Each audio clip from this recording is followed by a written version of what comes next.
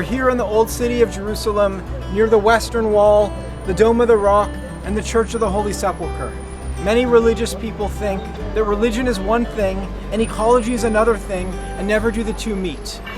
So why do we publish an ecological commentary to the Bible?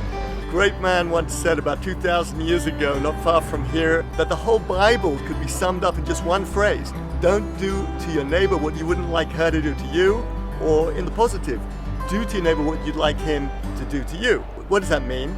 It means that I shouldn't be throwing my trash into my neighbor's backyard, just as I wouldn't want her to do that to me. And that speaks about pollution. And I shouldn't be taking too much water from our common water supply in the same way that I wouldn't want my neighbor to do that to me. And that talks about water scarcity. So we see that the Bible is dealing with many ecological and sustainability issues. The book of Genesis states, "And God placed the human being in the Garden of Eden to serve it and conserve it." This is a deep message for our times. Chief Rabbi Jonathan Sacks of blessed memory translates it precisely as to serve and to conserve. And Rabbi Amora asked, where is the Garden of Eden? It is on earth. We have an obligation to preserve and to protect God's creation. We're supposed to be stewards of this amazing planet.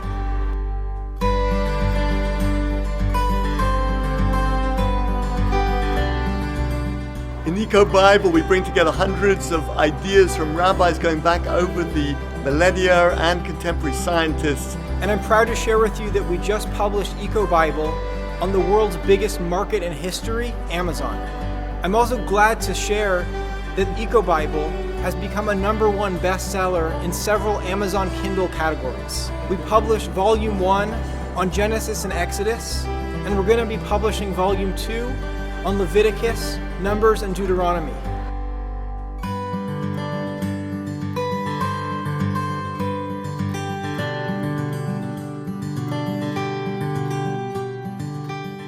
The Sabbath is a time we come closer to family, to community, and to God.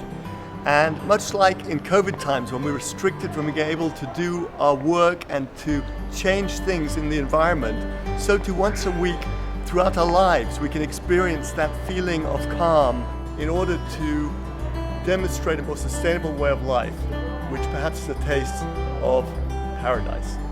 There's a verse in the Bible that says, "And you should guard yourselves very well." The rabbis understand this to mean, and you should guard your health very well. In other words, we need to eat healthy food, we need to exercise, have fresh air, clean water. This is coming from the Bible. And it's not just about us, it's also we should try to enable the next generation to have a healthy planet and all life on this planet to live in a healthy ecosystem. One of my favorite insights is that Noah built an ark on 3 levels. And we know that on the bottom level he put the manure from all the animals that he had in the ark. And the question is, why would he do that? Why wouldn't he just throw the manure over the edge and have a lighter boat to steer for the next year? And the answer appears to be that when he arrives at Mount Ararat and he wants to plant a vineyard and his fields, he's able to take the manure from the ship and to plant his crops using this very sustainable and traditional method.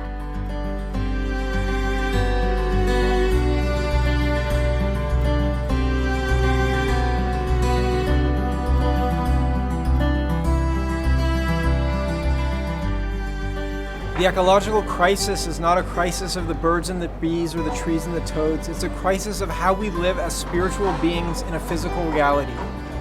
To live sustainably, humanity needs to access the wellspring of religious teachings on ecology. Everything hangs in the balance in this current moment.